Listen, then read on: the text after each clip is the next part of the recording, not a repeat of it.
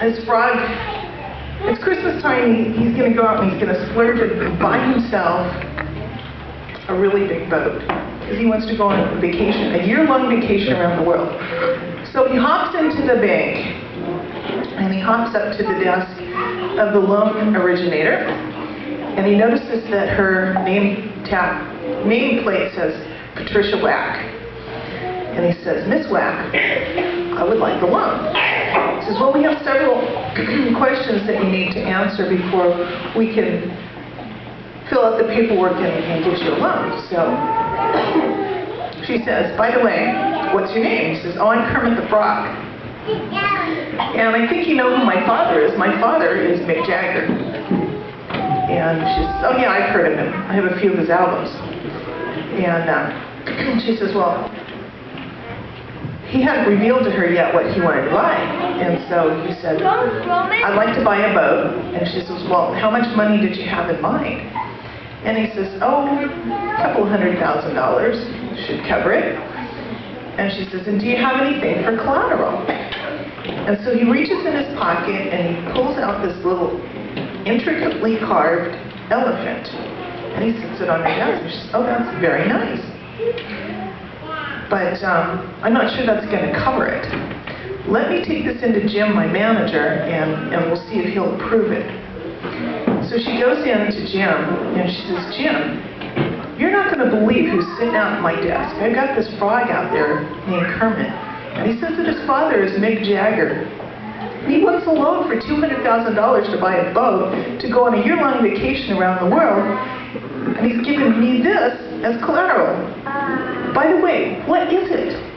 And Jim turns to her and says, "It's a knick-knack, paddywhack. Give the frog a loan. His old man's a Rolling Stone."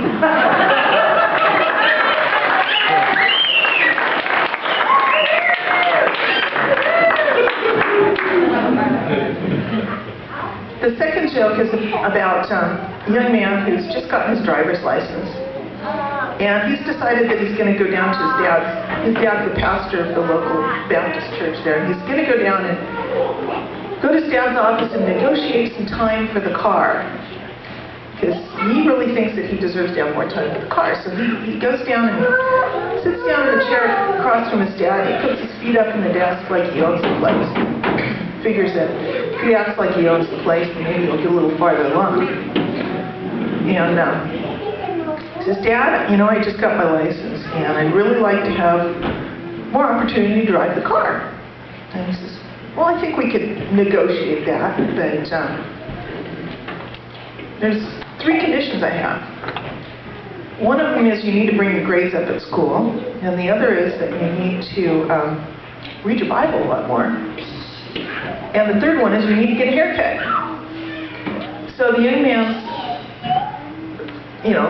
passing his month by, waiting to hit Dad's office again. And he's been working on his grades, and he's been reading his Bible, and he gets down there and sits down, puts his feet up on the desk again, and Dad goes, "Yeah, your grade report came in. I'm very impressed.